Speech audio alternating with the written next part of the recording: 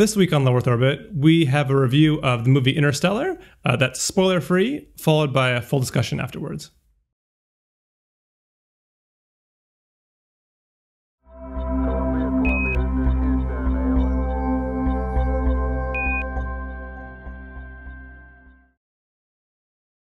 So Interstellar is a new film by Christopher Nolan. It was directed by him, from a screenplay by him and his brother, Jonathan Nolan.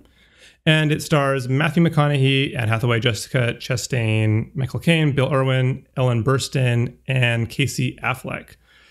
And the basic premise for the film is that, Earth is dying, set sort of in the near future. And basically mankind is mounting a mission to find a new home, a new planet. And Matthew McConaughey, joins this mission. And the movie sort of follows the mission as well as his relationship with his daughter, who stays behind on Earth. And I can't say a whole lot more without spoiling things. So we'll start with what you guys think. Justin, what do you think? I think this was awesome. I think this movie hit all the right notes. When the trailers first came out, I started to get excited and I tried to reel myself in. I'm got to keep my expectations realistic. Can't get too hyped up about this movie, but I think it was totally great. Super positive, 100%. What are you, Scott? I saw the early ratings on it on Metacritic, and I didn't see Rotten Tomatoes. And even read through some of the reviews in Metacritic, and I did get kind of an uh-oh feeling, ooh, I don't know. And I was kind of trying to figure out what did they not like? So I went in with pretty tempered expectations, kind of the same thing you did, Justin, but maybe more intentionally, or just based on reading. And I was utterly blown away. This is certainly the best movie I've seen this year. It's probably one of the best movies I think I've seen in the last 5 years. I mean, sometimes you see a movie and you feel like this was made for me, in that way, hit all the notes, everything I wanted, and way more, because I wasn't expecting such a bigger than the sum of its parts kind of experience. And it kept ramping up. A lot of times what happens with movies like this is the first act or the first two acts will be really great, and they just kind of don't know what to do in the third, and you're kind of I don't know what to how to feel, because they didn't really do anything. And I really think that the last third act of the movie is the best part, which is really rare for me personally anyway. And I was just blown away. I was getting chills. I was amazed, and everybody needs to see it. Steve? So I was a pretty big Christopher Nolan fan at the beginning. I really liked Memento. I loved Prestige. Loved it. And a lot of people, I always forget that he directs it. Aren't as big a fan of it, but I somehow just hit the right notes and just totally freaked me out. Just the Batman, and I pretty much, Batman movies didn't do anything for me.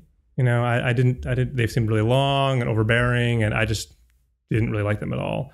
And I was kind of excited for Inception because I felt like it had that spark from Memento, and maybe I was just too excited for it, and it seemed to fall flat for me. So I was really disappointed there. And so going into Interstellar, I wasn't particularly excited about it. I didn't really watch any of the trailers. All people around me were just super stoked. And I was it feels like what people were doing before Inception came out. And so I went in with pretty low expectations. And I don't think it's a great movie, but I enjoyed it, particularly, which is pretty unusual for me, given that it was it's 3 hours long. 2:48, I think. Yeah. And it didn't feel like a 3-hour movie. I liked it. I was enthralled all the way through. Yeah. I felt like it felt like a really well done Next Generation episode. I thought the same thing. Because it has this high, it does what Next Generation did best, which is takes this really high concept sci-fi idea, and then uses it as a way to tell a human story, and it's still plausible. Yeah, and it's still plausible. So there's edge of plausibility in certain areas, but it takes itself seriously. It tries to be plausible, and then uses that as a vehicle to tell an interesting, bigger story. And I thought they did a great job of that. And it has a lot of the again the strengths and weaknesses that Next Generation had in its episode, in its structure, but. It was just sort of fun and refreshing. And I love the score. Hans Zimmer. That was Yeah, it was the real deal. Yeah, it was. And the theater I was in, it was like pounding the score, and it was right for me. It was right on the edge of too loud, but it just hovered right on the corner of it. Yeah, there were definitely some scenes where the bass was so loud that for a minute there, I kind of forgot that I wasn't on like a Disney ride where it was like deliberately shaking the seats. Like, no, the seats don't have motors. That's just the speakers. Like, I was like, oh my god. Yeah. Did you see it in IMAX? Yeah. Yeah, I saw it IMAX as well. So you enjoyed it, which overall you would recommend it. Is that what you're saying? Yeah. I enjoyed it. I enjoyed it a lot more than The Gravity, for example. I did too. Yeah. What about you? Because that was your movie of the year. I really liked Gravity. Yeah, I know. I think it was. I think it was better. I think it was better because the scope was bigger, and it. I don't know. There's just a lot more going on. I guess basically like Gravity is almost just like a scene from this movie, expanded out to feature. Fully agree. So I still really like Gravity, but I think this is probably like a better recommendation for most people, I think. Yeah, I remember from Gravity, at the time it felt like this really big concept thing. Yeah. And they had executed on that, and that was really impressive. Yeah. And Jesus Christ, by comparison, it just feels tiny, just conceptually and like execution wise. It's obviously shorter even, but it just feels like, wow, that felt big last year, and this is just so much bigger than that. Yeah. I liked the idea of Gravity, and I like the idea of just taking that concept and just running with it and exploring, going really deep. But I just felt like it was a sloppy job. But yeah, this is like the ambition of this is just 10x. I mean, there's so many. We have to do spoilers because there's so many kind of crazy things that happen that I'm just so excited to talk about. But it seems like it's one of our highest recommendations. Yeah, I think everyone should go and see it. Yeah, totally. Cool. All right. Well, we can't say anything more without spoiling the film. Do hang around. Yeah, but once you see the movie, there'll probably be much longer spoiler segment than actual review. Yeah. And of course, you can always go and send us your feedback at Twitter at Lowworth Show. You can also find us at our website, loworthorbit.fm, where we have all the show notes, links to our YouTube page, or where are we at subscriber-wise? 46. Nice. So so close. As soon as we get 4 more subscribers, we're going to do another retro review. And I think we still have yet to talk about what it is. If you have a suggestion, though, I have a couple ideas. We all need to talk about it. But if you have a suggestion, let us know. Speaking of suggestions, special shout out to, was it Eric? Special shout out to Twitter user. So we don't know how to pronounce your name.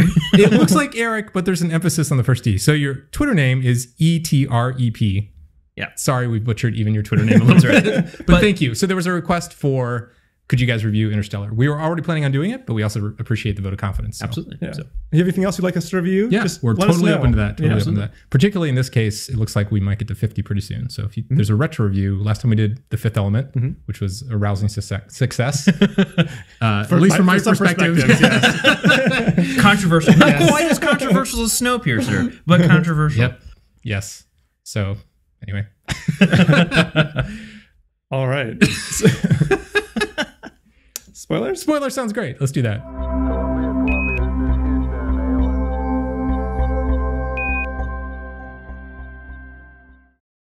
All right. Where do we start? Oh, wait, first thing. Yes. The robots. Okay. Did they not feel like they wandered in from the wrong movie? I don't know, maybe a little bit, but I liked the robots. The robots were amazing. I thought they were kind of great. Yeah. I mean, they were kind of great for robots, but they felt so out of place. The snarkiness and the I don't know, like the 2001 Space Odyssey-ish shape. I mean, there was like the fact that like in the future when we had developed all these technologies, like the ability to travel to different galaxies, like the tall, skinny computer box thing can't like directly interface with the other computers on board the ship. It has to reach out with its little arm and like twist knobs and press buttons. Yeah, like what?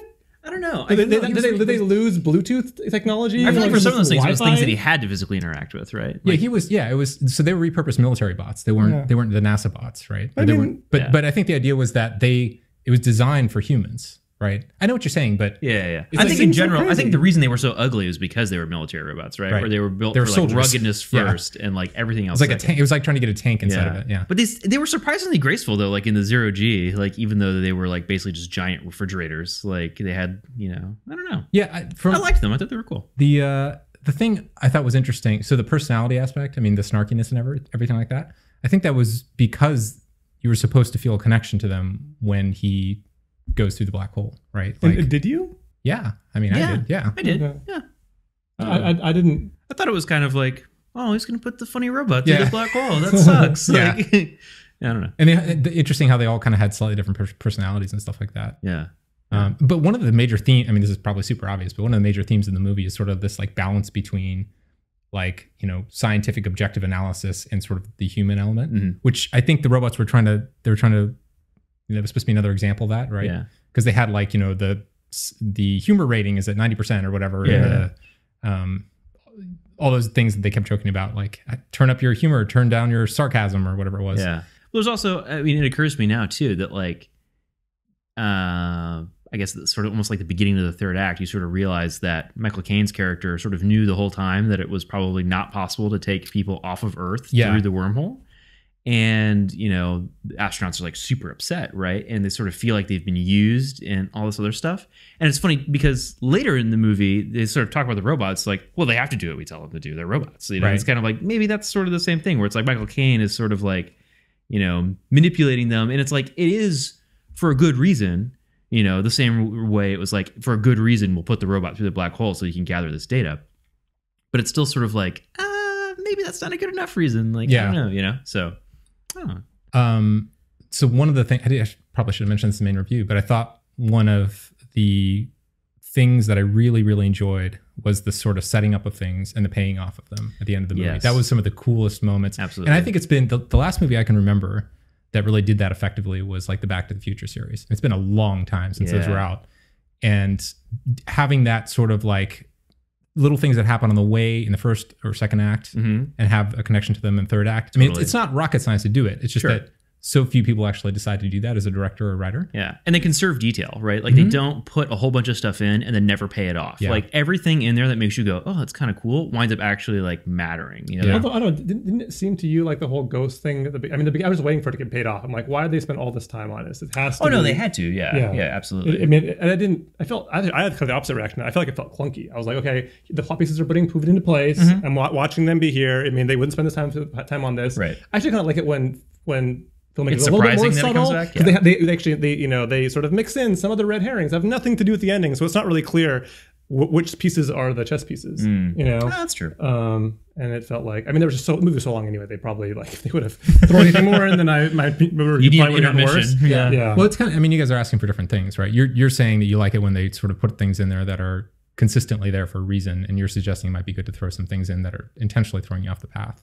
I think I tend to prefer the sort of intentional placement of things, but I can see an argument for having to cut through the weeds, you know, as a viewer. But it's not my taste. I guess it depends how mysterious you're trying to make it. Yeah. Right? Where it's like, I think it's like the Back to the Future is a great case where it's not really a mystery, but it's just a sort of, you know, the timeline is obviously kind of complicated because they're constantly zipping back and forth. And so like, it's sort of efficient and clever, and you can sort of, you know, marvel at, you know, how all the pieces fit together in the plot. But yeah, if it's like a mystery or something, then you do want to have some dead ends because that makes it more interesting. Yeah.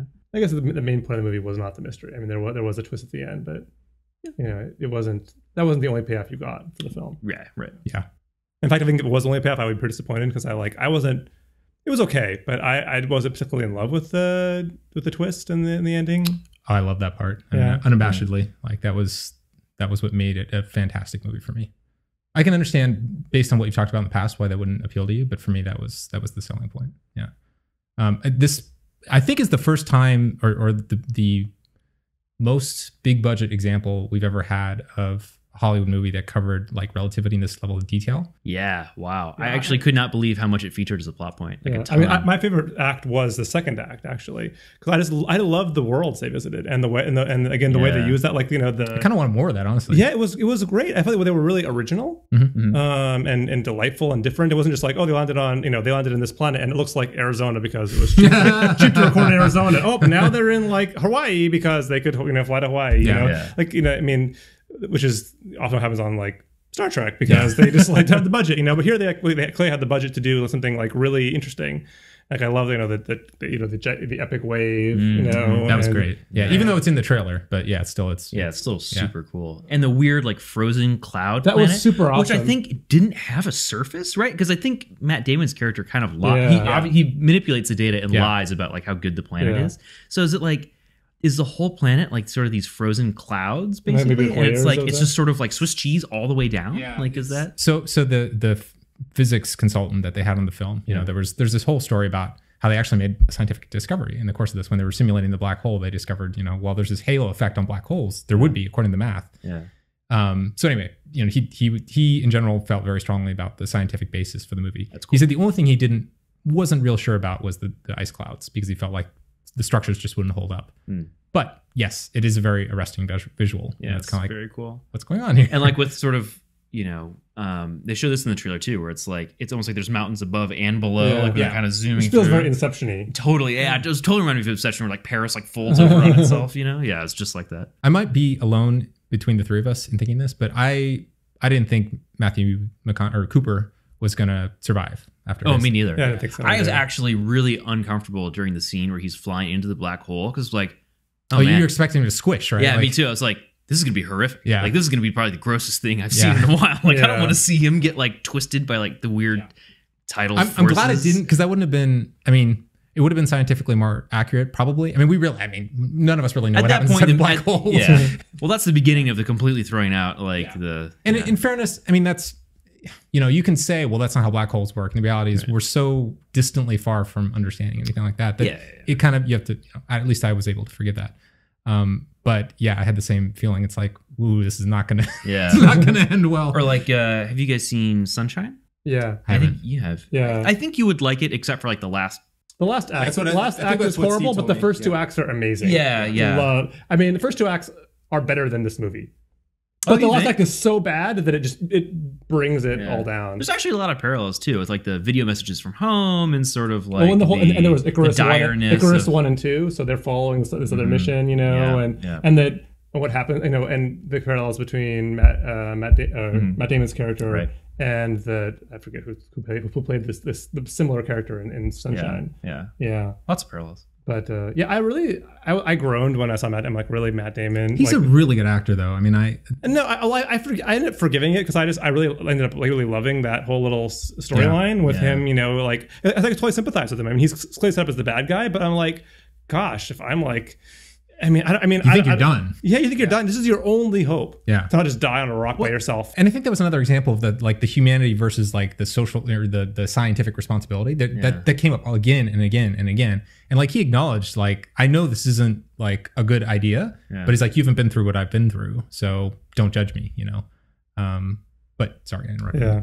I was going. Oh, by the way, but my least favorite part of the movie, immediately after that part, when they're like the Endeavor, is that what was it? No, the Endurance. Yeah, but you're about to talk about one of my favorite parts of the movie. But go ahead. I think I know exactly what you're going to talk about. Is the Endurance a reference to like the Ernest Shackleton ship from like? You're saying all kinds of words I don't recognize. Is it from another story? Or? No, it's also Ernest Shackleton was like a British explorer to Antarctica. A really stupid one. Name I've ever heard. And he was really dumb, and he failed to get to the South Pole, and it was all very tragic, and mostly because he was just really stubborn and old fashioned. But anyway, I would say yes, it is a reference.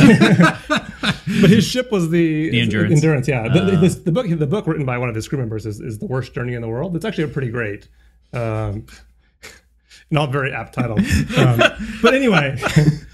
Yeah, the Endurance. Anyway, like, so there's this scene where it's like spinning around, and then they need to spin around their little like lander craft like match. And there's like some quote, but like the robot says something about like, we can't match the rotational speed of it because that would be impossible or something. And he's like, it's impossible, but it's necessary.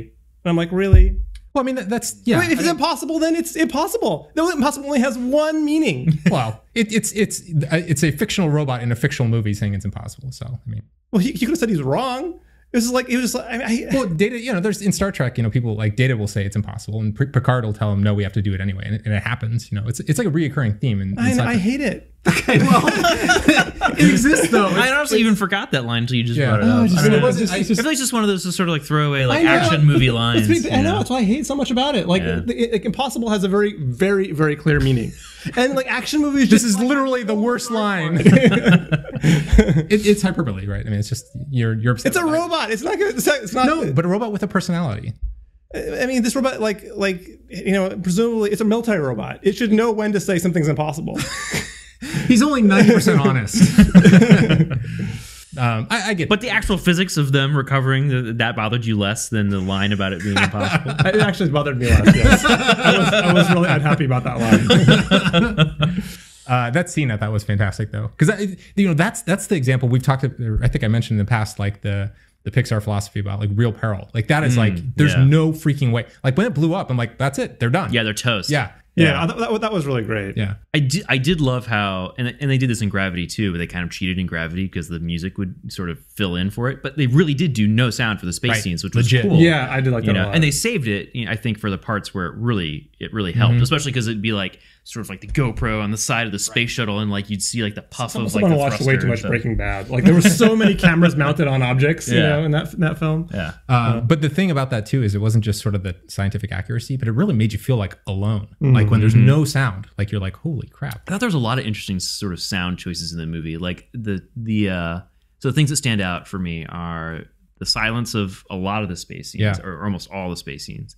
But then there's the part where he gives the headphones to the other astronaut, and it's like the thunderstorm sounds, and they do the wide shot of the spaceship going past Saturn with the thunderstorm sounds. That was legit. cool. Yeah, that was awesome. And then there was the scene where he's getting the message from home. I think it was maybe the first time he got a message from Murph.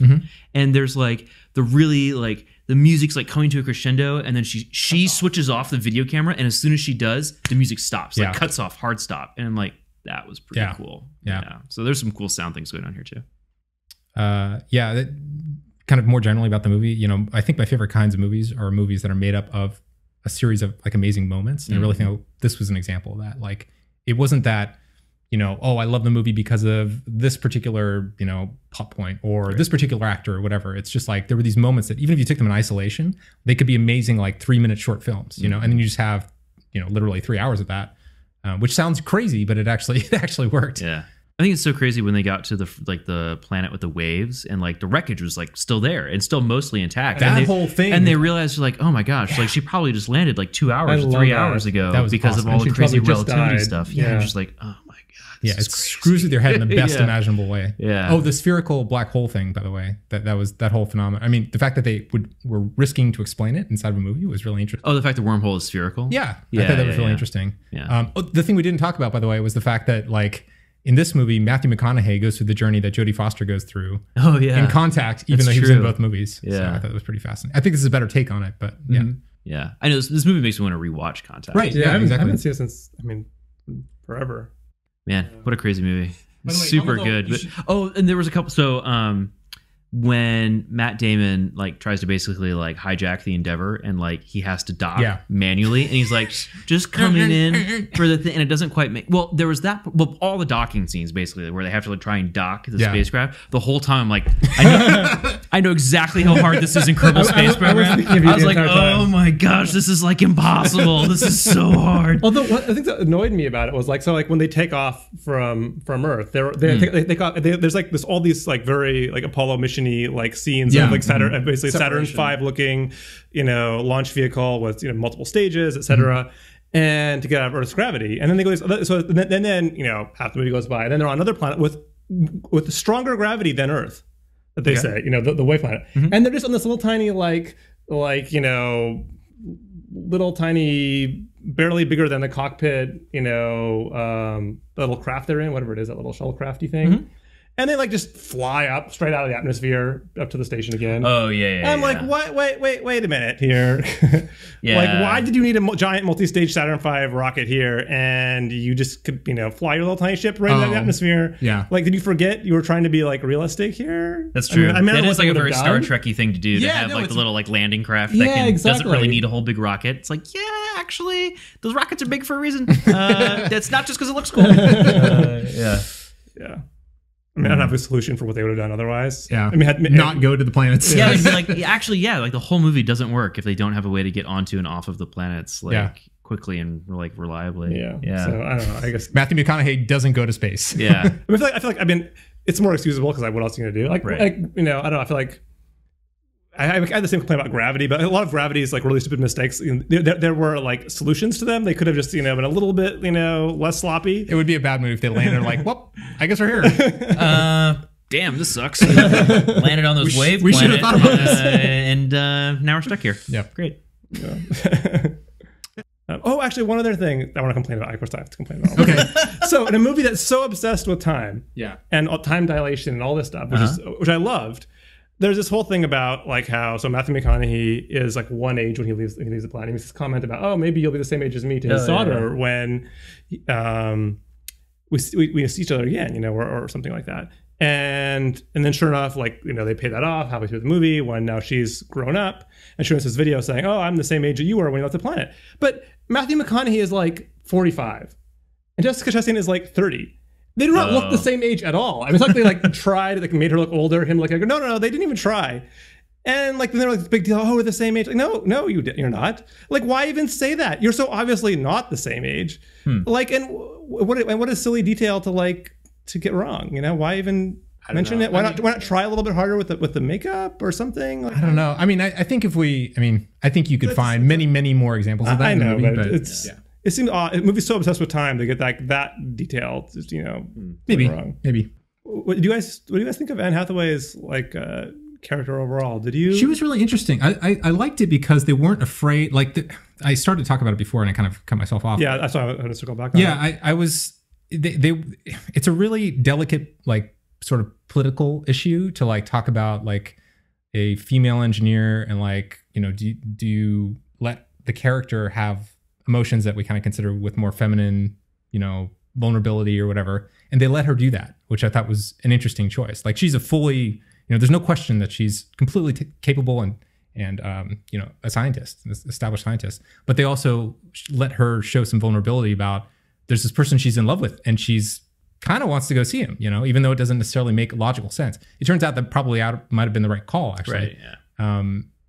So I thought that was an interesting thing. Like, they let that happen, and they didn't focus the entire movie around it, but they said, yeah, this is the way a human being might behave. So let's do that. It didn't feel so heavy-handed. It wasn't like this is a woman and she has to have very male emotions. It was like, no, she's a woman who is an engineer who actually is also allowed to have feelings. Yeah. So I thought it was interesting. And Jessica Chastain's character was a bit of a counterpoint to that. Like, she ended up being very cold and just Matthew McConaughey's character's daughter. Murph. Murph. Yeah. Like, yeah. she, yeah, I don't know. I guess so. I didn't get that impression, but I can see why you would say that. Because I mean, her driving force was to see her dad, her love for her dad. That was the thing that motivated her. Or her disdain for her father for leaving her. But that wasn't. I didn't think that was real. That was just anger at. It didn't. That aspect in my mind never diminished her love for her father. That was just her frustration with not being able to see her father. That's how it manifested. Do that. Yeah. I think she blamed him. I mean, I think that she felt like he had a choice. He did have a choice. Yeah, I guess.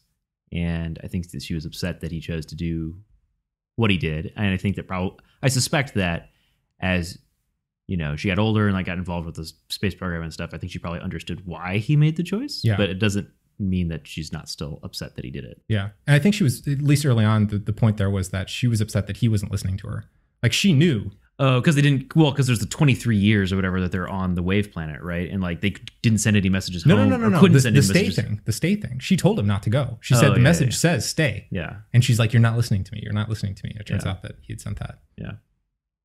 I'm sure we'll still. This is one of those things where I feel like I'm still going to be processing it for another day, and I'll have more to say later. Yeah, and that's what I thought as I was walking out of the theater. I'm like, oh man, I'm gonna have to think about this for a go while. through. Yeah, there's a ton here. Yeah, it was great. It was super cool. All right. Well, I think we succeeded in having a spoiler segment that was probably 10 times longer. Yeah. Thanks for hanging with us. There's nobody listening. Everyone's tuned. Everyone's tuned to something else now. Cat videos. They moved on to cat videos. See you later. All right. Bye.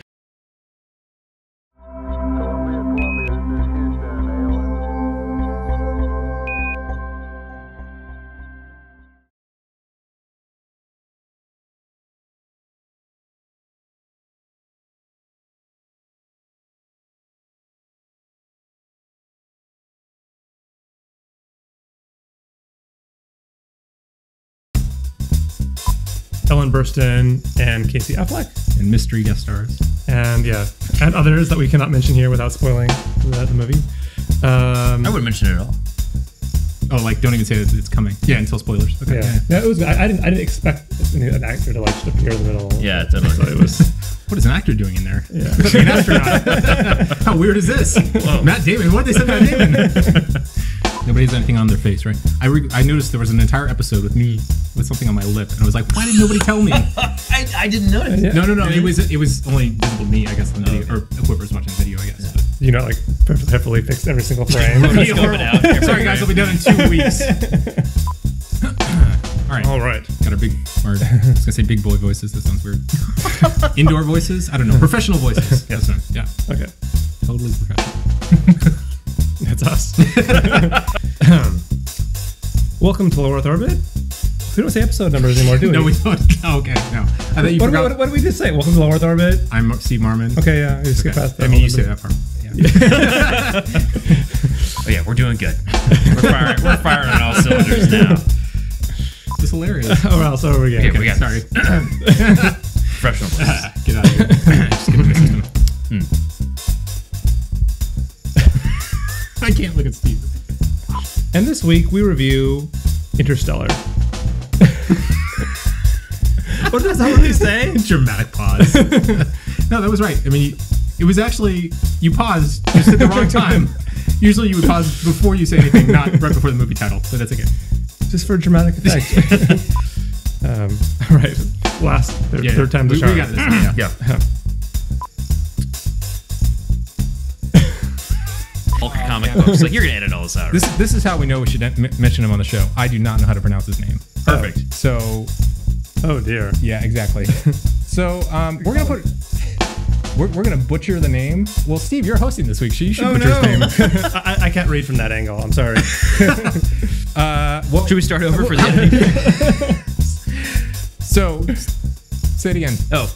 Is that where you were looking? No, I was actually looking at him, so let's all do look at this the one. camera. All right, Okay, all right. so we're all looking at the camera. I feel like we're looking at our little camera robot. Yes. This looks sort of his eyes, you know. Yeah. It's like, you know, And the arms. yeah. It's like, help, I'm slipping off. to deliver that presentation. All right, let's do this. Followed by a in-depth discussion afterwards. Yeah, that's it. All right. It's like, what do I do with my arms here? Sweet.